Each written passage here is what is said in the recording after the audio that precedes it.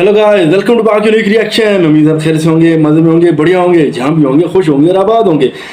Guys, Russia, Maldives, Philippines, उसके अलावा नेपाल, उसके अलावा एक और कंट्री ऐसा जिसके साथ भारत अपनी फ्रेंडशिप मजबूत करने जा रहा है और एक स्ट्रेटजिक जो है वो मायदा उनके बीच होने जा रहा है। और वो कौन सा मुल्क है वो हम अपनी वीडियो में देखेंगे। अगर चैनल पर न्यू है तो चैनल को लाजमी सब्सक्राइब कीजिएगा, वीडियो एंड तक लाजमी देखिएगा और लाइक एक जाते जाते कर जाइएगा। तो बिना किसी तरीके अपनी वीडियो स्टार्ट करते हैं, काउंट करेंगे 3, 2, 1 स्टार्ट। तो एक तरफ जहां दुनिया के कई देश दिन पर दिन युद्ध में लिपटते जा रहे हैं, वहीं भारत की कूटनीति ने एक बार फिर से दुनिया भर का दिमाग हिलाकर रख दिया है। क्योंकि रूस, यूक्रेन और इजराइल हमास का युद्ध रुकने का नाम नहीं ले रहा है कि बीच में ईरान भी कूद चुका है। लेकिन जिस समय यह देश युद्ध में लिपट रहे हैं, इसी समय भारत ने एक ऐसी तैयारी बना लिया है जिससे भारत के कूटनीति की चर्चा दुनिया भर में दोबारा से हो रही है। दरअसल हाल ही में कुछ दिनों पहले चीन के पड़ोसी देश वियतनाम के प्राइम मिनिस्टर भारत के पीएम नरेंद्र मोदी से मिलने भारत आए हुए थे और इसी बीच दोनों देशों के बीच एक बहुत बड़ी पार्टनरशिप को फाइनलाइज किया गया है। यहाँ पर खास बात यह है कि चीन का पड़ोसी देश उसी के खिलाफ होकर भारत के पास आ चुका है और दोनों देशों के बीच डिफेंस सिक्योरिटी को लेकर एक बहुत बड़ी पार्टनरशिप हुई है, जिससे भारत और वियतनाम मिलकर चीन को कड़ी टक्कर देने जा रहे हैं। यानी कि देखा जाए तो चीन के जितने पड़ोसी देश हैं, अब उनको भारत में ही मौका नजर आ रहा है और वह उनसे हाथ छुड़ाकर भारत के सामने दोस्ती का हाथ बढ़ा रहे हैं। और इससे न सिर्फ उन देशों का फायदा होगा, बल्कि इससे भारत को चीन का सामना करने में काफी ज्यादा मदद मिलने जा रही है।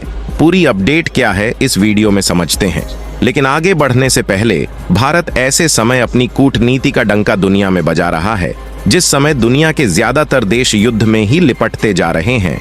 उसके लिए वीडियो को लाइक करके चैनल को सब्सक्राइब जरूर कर लीजिए, क्योंकि यह आपके लिए 1 सेकंड का काम है, लेकिन इससे हमारी काफी बड़ी मदद होती है। दोस्तों, असल में देखा जाए तो इस साल पूरी दुनिया का जियोपॉलिटिक्स समीकरण पूरी तरह से बदलता हुआ देखा जा रहा है।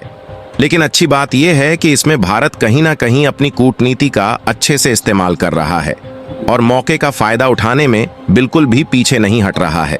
क्योंकि आपको ध्यान हो तो कुछ महीने पहले चीन के दुश्मन देश फिलीपींस को भारत ने अपने कंट्रोल में लिया और फिलीपींस में ब्रह्मोस मिसाइल को भी भेजा था।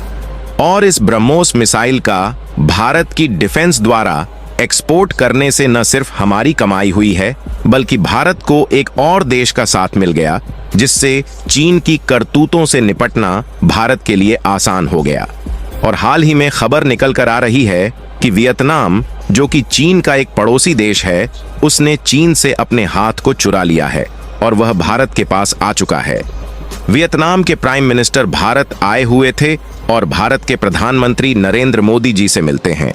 और रिपोर्ट में बताया जा रहा है कि दोनों देशों के बीच डिफेंस सिक्योरिटी को बढ़ाने की बात की गई, यानी कि वियतनाम चीन के खिलाफ अपनी डिफेंस को मजबूत बनाने में जुड़ चुका है, जिसमें सबसे अच्छे मौके के रूप में वियतनाम को भारत नजर आ रहा है। क्योंकि हमने आपको पहले ही बताया कि फिलहाल के दिनों में जो दुनिया भर में जियोपॉलिटिक्स है, उसका समीकरण बदलते हुए देखा जा रहा है और जो देश पहले भारत से दूर थे, वह अब खुद भारत के सामने दोस्ती का हाथ बढ़ा रहे हैं। और कमाल की बात यह है कि वियतनाम ने केवल डिफेंस के मामले में ही पार्टनरशिप को फाइनलाइज नहीं किया है, बल्कि जो अभी तक उसकी फाइनेंशियल पाइपलाइन चीन के सहारे जुड़ी हुई थी, वह भी वियतनाम ने भारत से जोड़ने का फैसला ले लिया है और भारत के साथ ट्रेड को बढ़ाने की मांग वियतनाम की तरफ से की गई है। आपको बता दें कि दोनों देशों के बीच यह मीटिंग भारत के नई दिल्ली में कंडक्ट कराई गई, जिसमें थोड़े बहुत नहीं बल्कि 6 MOU यानी कि मेमोरेंडम ऑफ अंडरस्टैंडिंग के एग्रीमेंट पर साइन किया गया। विदेश मंत्रालय के अनुसार दोनों देशों ने agriculture research, custom capacity building और पारंपरिक दवाओं सहित अन्य क्षेत्रों में अधिक सहयोग के लिए 6 सहमति पत्रों पर हस्ताक्षर किए। और कमाल की बात यह है कि सिर्फ इतना ही नहीं, बल्कि इसके अलावा वियतनाम ने डिजिटल पेमेंट और कनेक्टिविटी को अपने देश में बढ़ाने की मांग की है। यानी कि अब वह समय दूर नहीं है जब वियतनाम में भी भारत के द्वारा यूपीआई पेमेंट जैसी अन्य डिजिटल सुविधाओं को लॉन्च किया जाएगा। यहाँ पर कहने का मतलब ये है कि जब इंडियन कंपनियों द्वारा इस तरीके का डिजिटल कनेक्टिविटी वियतनाम में बढ़ाई जाएगी तो इससे भारत की कंपनियों का जमकर मुनाफा होगा, जिससे भारत को डिजिटल और टेलीकॉम सेक्टर में भी वियतनाम में पकड़ मिलेगी। और आज के समय में जिस तरीके से परिवर्तन हो रहा है, इससे आप इसका अंदाजा लगा सकते हैं कि यदि हम किसी देश में डिजिटल कनेक्टिविटी और पेमेंट के मामले में अपना दबदबा बना लेते हैं तो वहां पर चीन जैसे देश बिल्कुल भी हाथ नहीं मार सकते।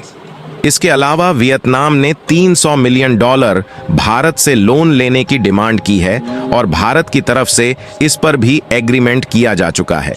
यहाँ पर आपको यह बात भी बताते चले कि वियतनाम में तेल और गैस के बहुत बड़े बड़े भंडार मौजूद है जो कि भारत की जरूरतों को पूरा कर सकता है। और जिस तरीके से भारत वियतनाम में अपनी पकड़ बना रहा है, इससे वियतनाम भारत को सस्ते दामों में क्रूड ऑयल और गैस दे सकता है। यानी कि भारत जितना ज्यादा वियतनाम की मदद कर रहा है, उससे कहीं ज्यादा वियतनाम से खुद भारत का फायदा हो सकता है। इसीलिए भारत ने वियतनाम को लोन देने में बिल्कुल भी आनाकानी नहीं किया और इस सो गाइस, देखें, बहुत बड़ी कामयाबी है इंडिया की कि उन्होंने वियतनाम को भी अपने साथ मिला लिया है और वियतनाम खुद ही चल के आया और इंडिया से कहा कि मेरे साथ फ्रेंडशिप करो और हमारे वियतनाम के अंदर टेलीकम्युनिकेशन सेक्टर में इन्वेस्टमेंट करें और कुछ लोन की डिमांड की। और इसमें इंडिया का जो था वो बहुत ज़्यादा इंटरेस्ट था, फ़ायदा था कि जब इनकी कंपनियां वहाँ जाके करेंगी तो इनकी कंपनीज जो हैं वो बहुत ज़्यादा जो है वो कमाई करेंगी और उनका यहाँ जो कंपनीज वहाँ से उठेंगी। और जब ट्रेड इनका दोनों सिटीज़ हैं वो नेबरिंग कंट्रीज़ हैं, इनका जब आपस में ट्रेड होगा वहाँ पे वियतनाम में बहुत ज़्यादा जो हैं वो ऑयल के ज़खायर हैं, वो क्रूड ऑयल है वहाँ पे, वहाँ गैस के ज़खायर हैं।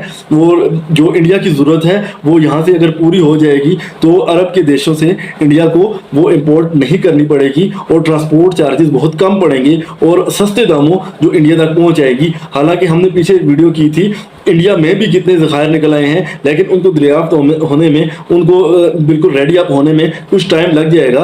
जब तक वो रेडी अप होंगे इतने में वियतनाम से जो है वो ज़रूरियात पूरी हो जाएंगी। तो इस वजह से जो प्राइम मिनिस्टर मोदी हैं वो उन्होंने ज़रा भी देर नहीं की कि उनको लोन देने में। उसके बाद जो वियतनाम है उनके पास जो है ये काली मिर्च और जो पत्ती के ज़खायर हैं, टी के ज़खायर उनके पास बहुत ज़्यादा हैं, वो इंपोर्ट किए जाएंगे और बहुत ज़्यादा फ़ायदा होने वाला है इंडिया को।